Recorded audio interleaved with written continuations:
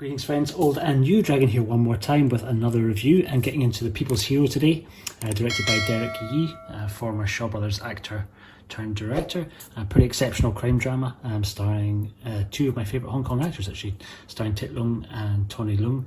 Actually starring both Tony Leung, so we get Tony Leung Chiu and Tony Leung Cafe both in this, but principally it's Tony Leung Cha Wei, who you'll know from Hard Boiled and more recently from Chang-Chi if you've only come into Tony Leung through American movies, which I certainly hope you're not. But yeah, Tony Leung Chiu, one of the main sort of central characters in it, and then Tony Leung Cafe, a bit more of a supporting role. This is going to be spoiler free, so don't worry if you've not seen the movie. I will not ruin too much of it for you. I'm just going to give you a basic overview and specifically get into this release, which is the wonderful Spectrum Films dual format release, collector's edition, so it's DVD and Blu-ray together with a nice slipcase. And we'll get into some of the stuff that's actually on the disc and the contents of that in due course. But yeah, made in 1986, released in 1987, and really short. This runs for only 82 minutes, but flies by really. It's, I think, a pretty good running time for this type of movie. It means that it never really outstays its welcome too much, crams an awful lot into its running time. An awful lot of people unfairly compare this to Dog Day Afternoon. I think beyond the fact that they both take place in a bank, that's about where the similarities end. There are certainly two bank robbers in this as well, but they're not the main focus of the film. So really, essentially, without giving you too much away, but Tony Leung Chiu and his friend, played by Wong Ban or Ronald Wong, depending on where you're looking at his credits. He plays Boney, Tony Leung plays Sai. The two of them decide to rob a bank. Things go pretty badly wrong. Boney is epileptic, so he has an epileptic seizure in the beginning, really when they're trying to kind of do this heist. And there's another customer in the bank at the time, played by Leung. He's playing Sunny Koo, who turns out to be more of a career criminal and really a much more experienced bank robber stroke villain. Well, villain's maybe the wrong word, much more experienced criminal than the two of them. So he very quickly takes control of the situation, and this turns into a kind of hostage scenario that he realises he can use to his advantage to try and have his girlfriend, who's currently in jail, released and try and make his bid for freedom. And that's about as much as I will say as far as the story goes. So yeah, almost the entire film takes place inside the bank. We do see a little bit of some of the scenes with the police who are sort of positioned outside and trying to negotiate with them. The negotiator is played by our other Tony Leung, by Tony Leung Cafe. He's playing Captain Chan, and so he's attempted to try and really de-escalate the situation in a way where no one gets hurt. One of his kind of co-policemen, played by the always slightly villainous Paul Chun, playing Captain Chung, is much more up for the idea of just either storming the bank and kind of shooting their way to a conclusion, so that there's kind of the more peaceful cop and then the more pushing just to slaughter everybody cop at odds. But really the main bulk of the film takes place inside the bank, and our hostage's relationship and our two original bank robbers' relationship with Leung, who really, it's kind of a masterstroke performance for him.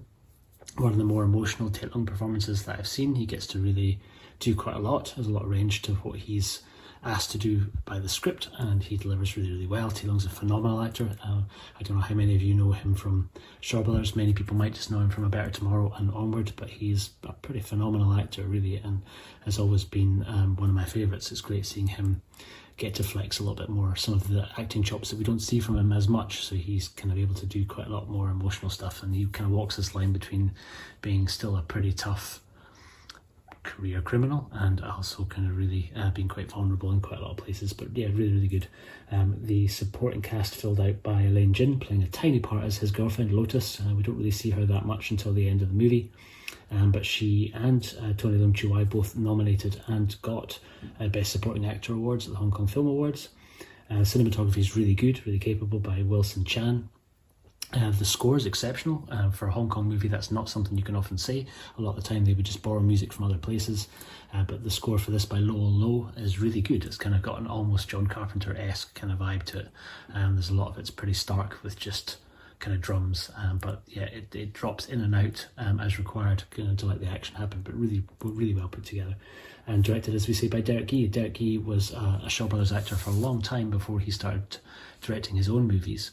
Some people may know him for Death Duel. There's a couple of movies he made with his main actor here. So he made Legend of the Bat and Return of the Sentimental Swordsman with Leung, both of them as co-actors, and it's very telling that he was an actor turned director, where our actors' performances are really much more his main focus rather than kind of cinematic tricks to kind of get his point across. It's very much an actor's movie, and all the better for it.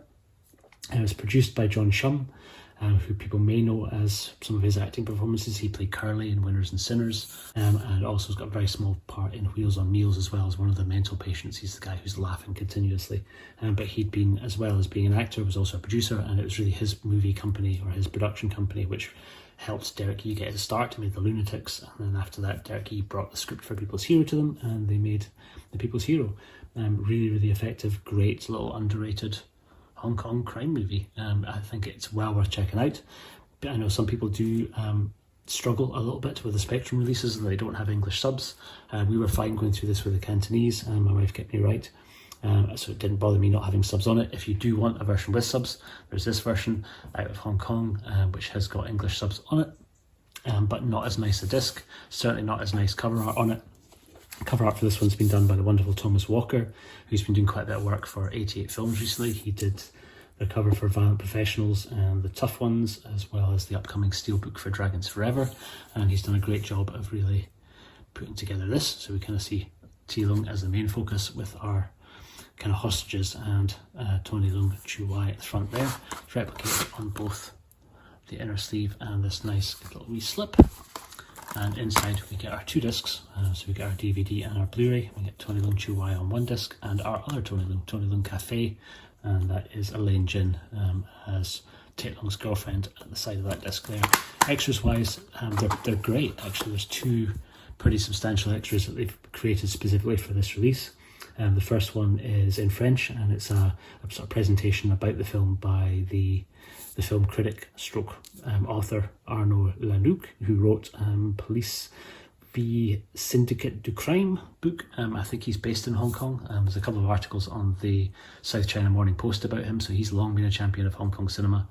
And I think is still resident in Hong Kong, or certainly it looks very much like his section's been filmed in Hong Kong. You can see the backdrop of the city behind him. My French is not as good as my Chinese, so I've struggled a little bit with what he was saying, but the other extra on the disc was really a treat for me, which is a 30-minute interview with Chum, or Shum Kin Fun, who produced the movie, so that's Curly that we mentioned a minute ago.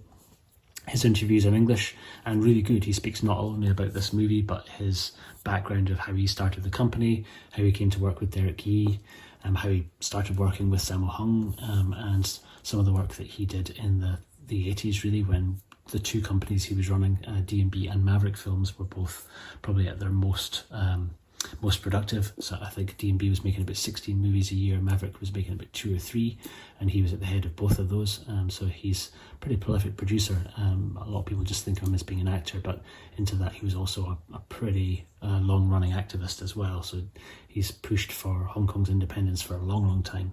He's an interesting dude, and his interview's really good. It was quite a welcome treat to see that on the disc. Really good. So I highly recommend it. This is a tremendous release all round. Like I say, you don't have English subs on here, so you just have the original Cantonese. There's two different options for the Cantonese track. There's a original mono track, and then I think a Dolby 5.1 track as well. But it looks incredible, and this package is really nice. Thank you very much to Spectrum. They've been helping me out with quite a few movies to check out for the channel and review here. I'm very grateful to them for doing so. This one was a treat. It's not one that I'd seen before. I had a chance to check out Spectrum's version of it.